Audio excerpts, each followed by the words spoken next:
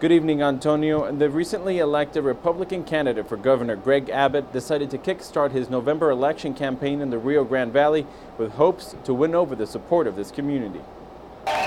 Attorney General and Republican favorite Greg Abbott began his campaign at this Edinburgh restaurant, underlining how critical voters in South Texas are for the November general elections. Abbott spoke to his supporters and promised to focus his efforts in strengthening the economy while creating employment and better education opportunities, as well as fighting corruption, alluding to his recent comment about South Texas and its third world-like practices. I know that corruption is real across the state of Texas, and it must be stopped wherever it exists.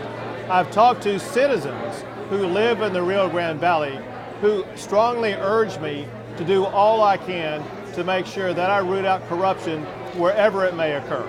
In this week's primary elections in Hidalgo County, Abbott was a clear winner among Republicans, while his Democratic counterpart, Wendy Davis, couldn't garner a majority, losing to her opponent, Reynaldo Madrigal.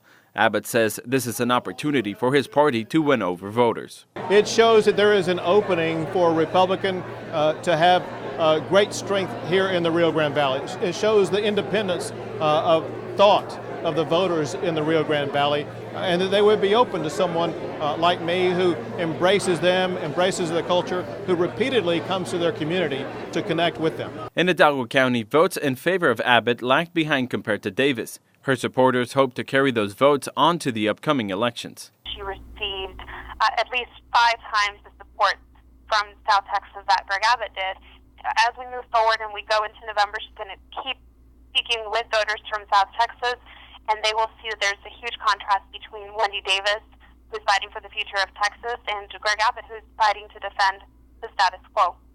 And Texas has not seen a Democratic governor since the mid-90s, but with a growing Hispanic population, their vote has become crucial to both parties. Reporting for Fox 2 News, Oscar Margain.